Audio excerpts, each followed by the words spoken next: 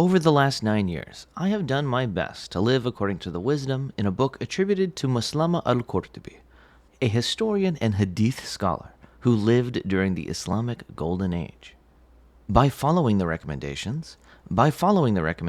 in his text Ghayat al-Hakim, or Picatrix as it is more commonly known in the West,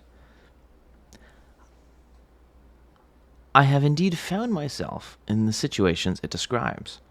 finding a life filled with opportunities for power, wealth, friendship, knowledge, and maybe even most importantly, the ability to have a life filled with meaning, spirituality, and piety. But as a number of you may know, the Picatrix is not really a book that's concerned with parables and axioms on how to live one's life, but is a text concerned with the spiritual science of astrological magic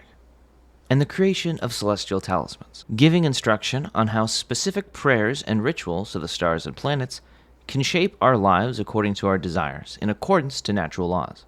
Scholars will point to this text and its influence on Renaissance thinkers like Marsilio Ficino, Heinrich Cornelius Agrippa, and Tommaso Campanella as instrumental in redefining the relationship between natural philosophy and natural magic, which would later lead on to the scientific revolution. If you're interested in this topic, I recommend the 2020 paper Traveling with the Picatrix by Avner Ben-Zaken of Ono Academic College, because the goal of this video is to give a practical account of what happens when one performs the magic inside of the Picatrix.